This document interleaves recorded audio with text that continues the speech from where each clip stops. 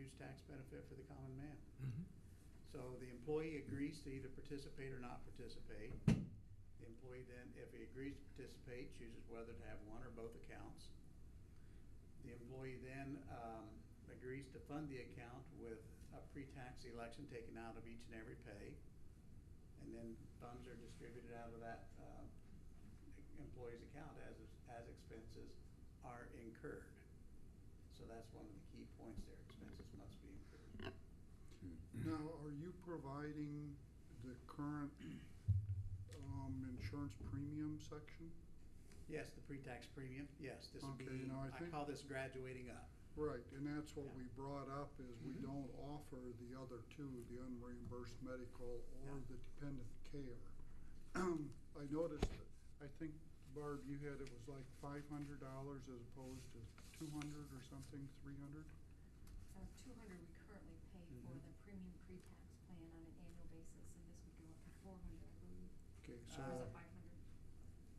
I think it was 400 because it was Well, just, so much Now, per, 400, and then there is a monthly administration fee per participant of $5 per participant per month.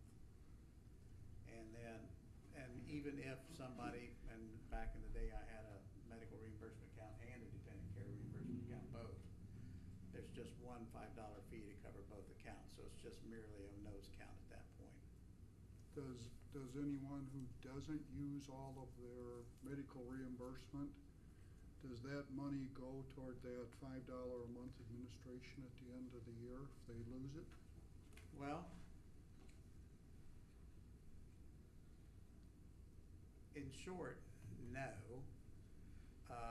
It's not intended that way. However, any funds left over in the accounts at the end of the year are quote unquote forfeited. And that's not, that fund does not, with Wellmark, it is not with WageWorks, that's just an employer retained item.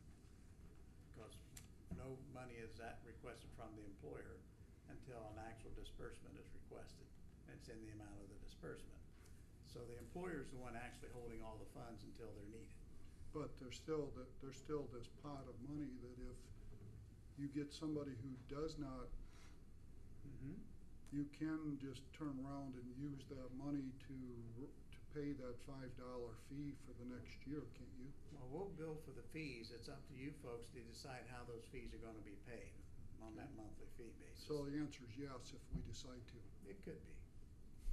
I'm not going He's to. not they giving a complain definitive about answer on this. politicians, you know. Yeah, I was gonna say. Well,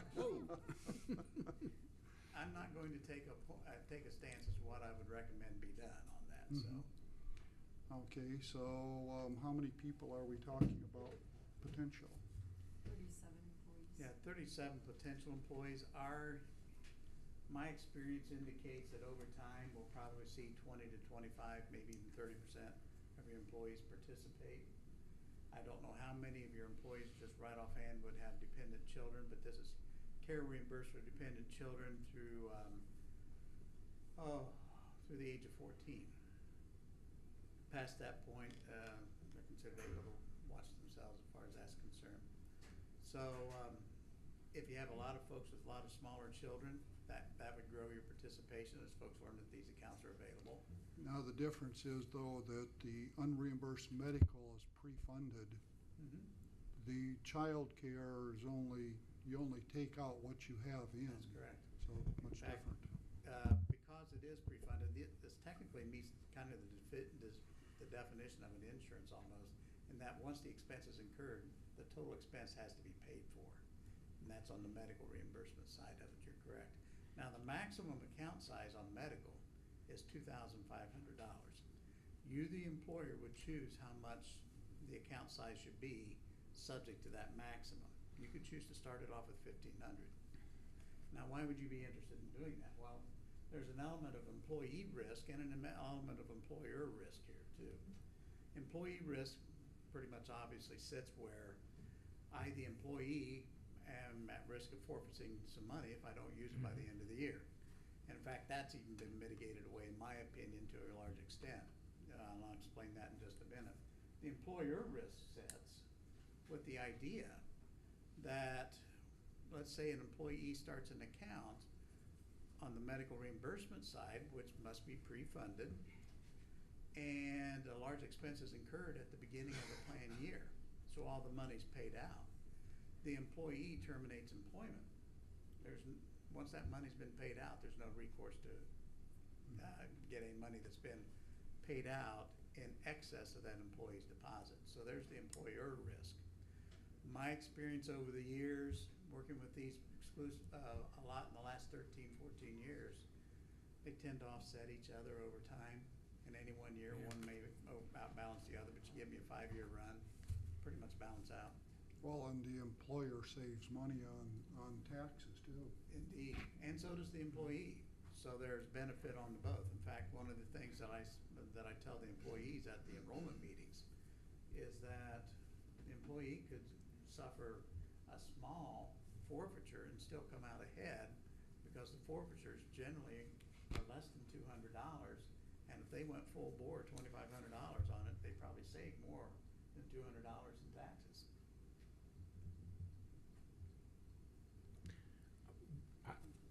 I mean, I guess I don't really know why we're reviewing all this, because it's a good thing and we're gonna do it, right? Well, you haven't I mean- voted to do that. No, but I mean, Yeah. we all understand what this is, and I mean, I don't wanna appear to be bored with it, but I guess I am. Nothing personal. And I think at some point in time, we know what these are and we just have to vote, right? I deal with it in my department. Most of us do. But there are some that don't. So, I figure maybe one or two might not really have an idea what it is. So, I think it's a good thing.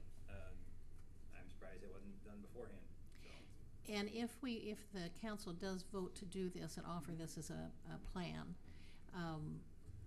the people would have just a certain period of time to sign up for it, the employees would, and then they'd have to wait a year before they could get into it at that time. They can't just come in anytime throughout the year to get a part of it. Well, To once be a you part of establish it? the plan year, so you start the initial plan year, you Okay. decide to either participate or not. And if, indeed, in most cases, if I choose to not participate, if I'm an employee, then I do have to wait a year, unless I have a qualifying event throughout the year. Okay. Family status change, birth of a child leaves dependent status, which we all hope happens eventually. To the new employee that comes on in the middle of the year, they can join up? Yeah. Okay. Sure. Well, they can sign up for the premium, but most of the time you limit the unreimbursed medical and the dependent care to an annual renewal. The employer can set that. An Yeah. employer, that is an Okay. employer So we choice item. can, okay. That is correct. Mhm. Mhm. Is that way you don't have the new, don't have that new employee that might be with you for, Sure. 60 days. 60 90 days Yeah, and- you never know. well, I'd make the motion that we add, we have all three features of it. I second. third, Which means you're adding 2 new ones because we I already have apologize. one. I Yeah, just, right. I just, Oh, no. No apology necessary. If Don't worry, no Mike further gets bored quite a discussion, bit we here. I will do a just- roll call. We have a motion and a second to add these 2, so we'll have a total of third. 3 benefits offered to our employees. When do we want the plan effective Yes. date? Isn't it July 1st now? No, our plan, well, July 1st for the premium pre-tax. Yes. And our employee health plan is December. Your fiscal year runs July 1 to July 1. Yes. You have, there's a couple things to think about here. One is usually your health insurance deductibles run January 1 to December 31 on a calendar year basis. So you're catching employees in the middle of their deductible year, which I've worked with a lot of school systems and other public bodies where we've crossed that and explained that with employees. So you could either start at July 1 and have it concurrent with your fiscal year, or I would do it January 1 and then it syncs up with your calendar year on your deductible. Either way is acceptable. I think January would work best. I mean, that way it's less confusing for people that are out there actually working. I Oh. mean, we can sit here and just. We have April 1st and my guys figure it out. Yeah, we can That's a great- educate them across. Yeah, but you want to, so you're saying I'd say July July 1st. 1? I'd just say July 1. You have 10 They- days. People to track teach it, them they all. know. yeah, see, that's that's where I see the problem, That's where- Dustin, is we have virtually no time if we make it July. No, he 1st. agreed January. but- Yeah, I agree with Dustin Yeah. that it should be January, because We've already waited we're this not gonna long get, So far. yeah, So we're not it's gonna another get 6 people more months. trained now. So, It's fine. I say January January 1st. 1. Like I say, you had the motion. Are you making that as part of your January motion? 1st. As January 1?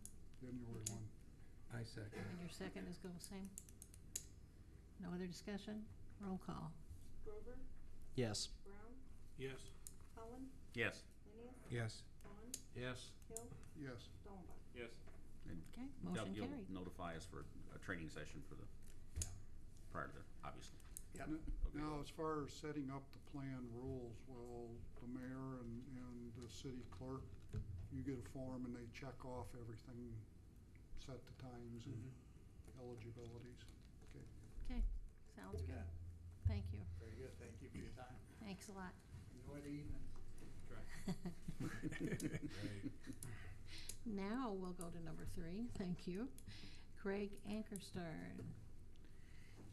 He's library board president to present a petition regarding a safety issue on First Street East in front of the library.